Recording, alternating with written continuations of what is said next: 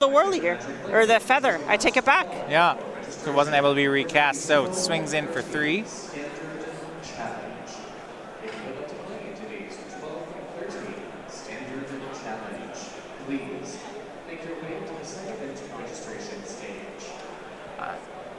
Back over to Tumavitch we go. Ruiz at 15 right now.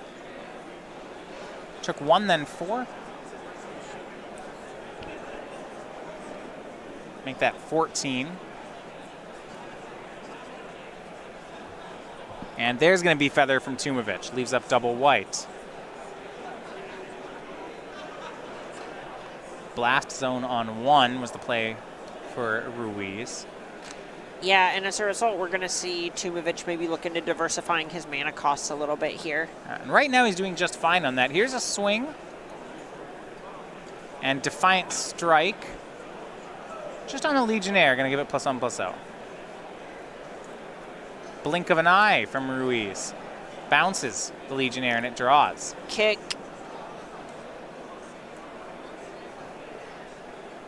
Swinging from Aurelia, looks to deal 4. Leave Ruiz down to 10.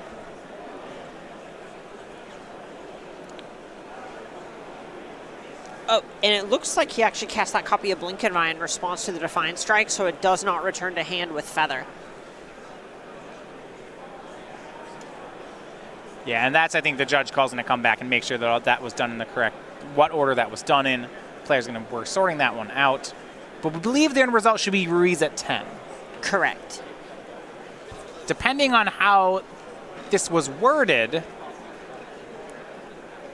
it will affect whether it comes back to Tumavitch's hand. Right. Tumavitch hadn't drawn the card yet, and I believe Feather specifies specifically it has to happen as the spell resolves.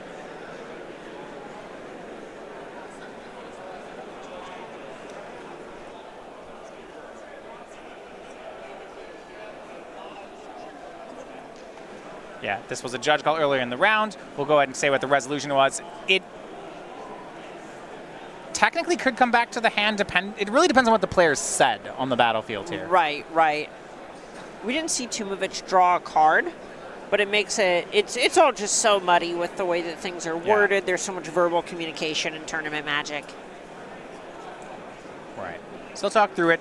Table judge taking care of it. We'll let you know on how the ruling turns out.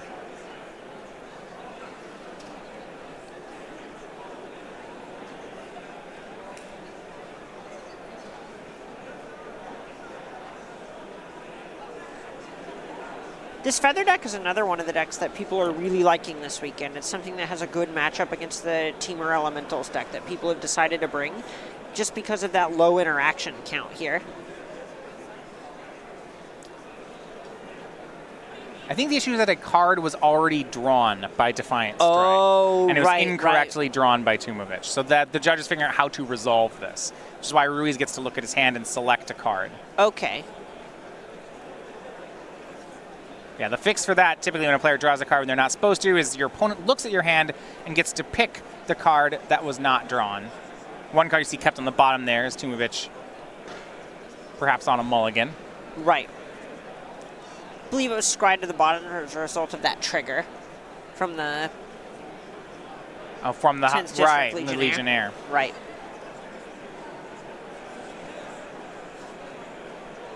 So, Ruiz at 10. Back over we go to Tumavitch. It's an attack and a mentor. Growth Spiral in response for Ruiz. Root Snare takes no damage, stays at 10. 10th District Legionnaire from Tumavitch. Yeah, and even though it's not lethal, the big motivator here is just trying to stay out of shock range. Right. Ruiz does finally hit that 5th land. He was off it for a turn. It's hard for him to get to that in the Nexus of Fate point here, it feels like, without Wilderness Reclamation. Right, you really just need 6 total lands in order to have Wilderness Reclamation, float 2 mana, untap Nexus of Fate. Reckless Rage, the spell. Another Root Snare forced out from Ruiz. Rage comes back to Tumavitch's hand off the trigger from Feather. That's 2 Root Snares already for Ruiz. He's staying alive, but he needs to make progress on the board. Chemister's Insight, 1 card, 2 card. Here's a land and a pass. Looks like he needs a Root Snare again. Can he find the third one? If he has it from here, things can maybe look pretty good for him. Root snare number 3 for Ruiz. Okay. Now Tomio's an out. Right. And the feather deck, it's not very complicated at this point from Tumavitch. He has a lethal attack every turn, and he just needs to make something happen.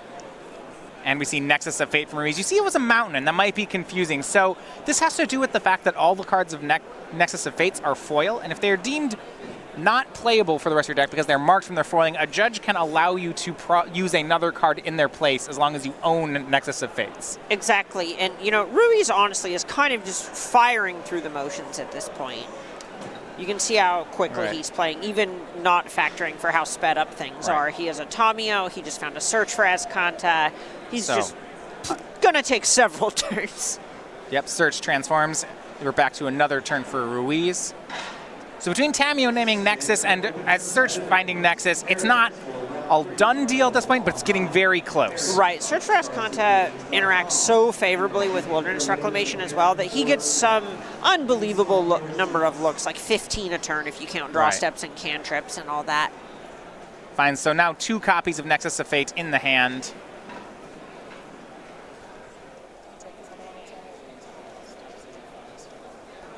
We suddenly found one off the search for Escanta, so he has 1 Nexus tied up, and that's what he's going to cast.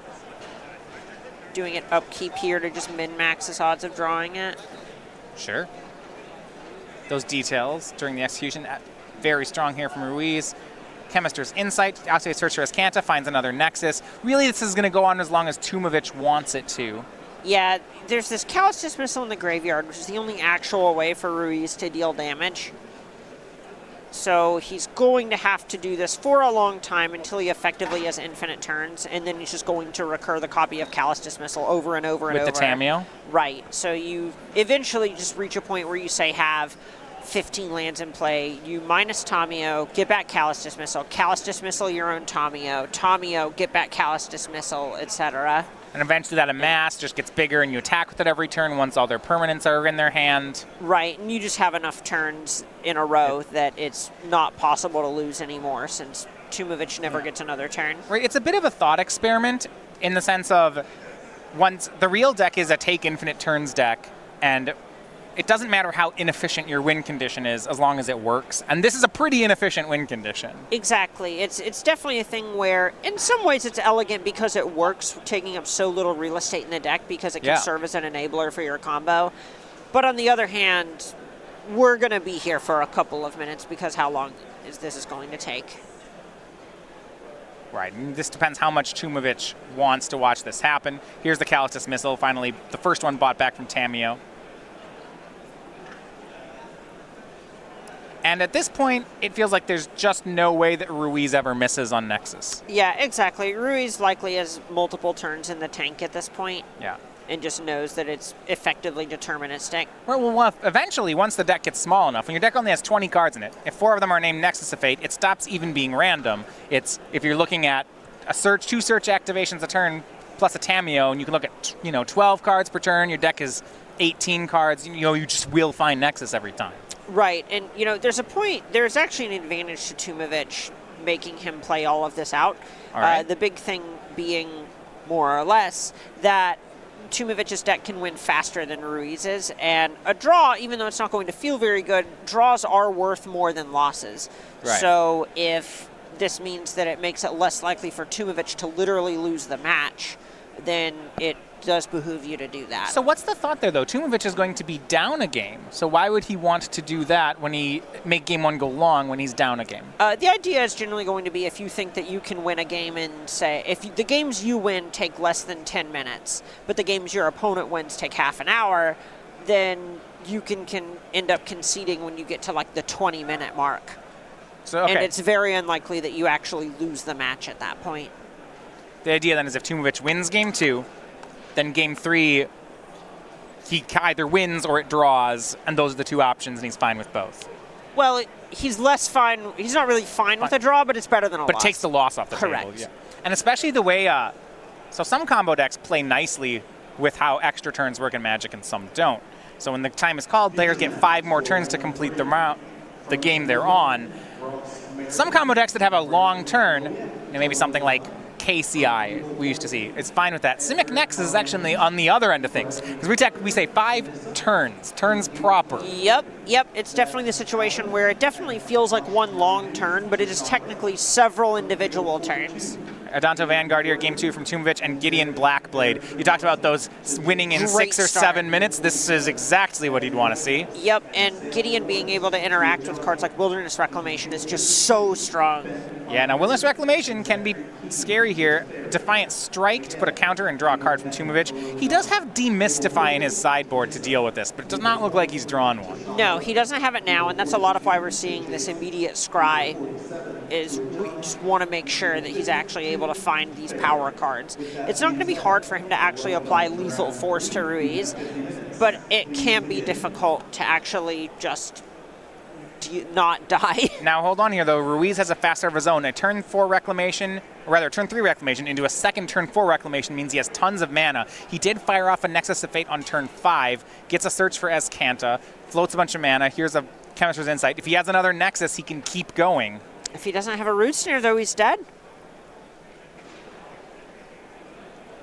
1, 2, 3, 4, untaps, floating 4. Flat, he jump starts Chemist's Insight. Says go. So no Nexus, All but right. does he have Root Snare? That's the next question. He's drawn 4 cards that turn. He had 2 Chemist's Insights, and yeah, that's a Root Snare. Okay, we take those. You mentioned when we were watching Dylan Hand play this deck that Simic Nexus is at its best when Root Snare is good. Yes. And this is a matchup where Root Snare is fantastic. Right, we just watched that card function as a 2-mana Time Walk, right? Game 1, he had 3 in a row. And just Exactly. time walk, time walk, time walk. It got him all the way up to his combo mana.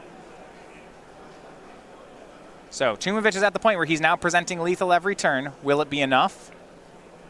Unclear. All right, and we got to see Tumavitch exile that search for Azcanta, which is one of the things that Yeah. Ruiz needs in order to just keep going. With 2 Wilderness Reclamations, as soon as that search for Azcanta transforms, the game's usually over.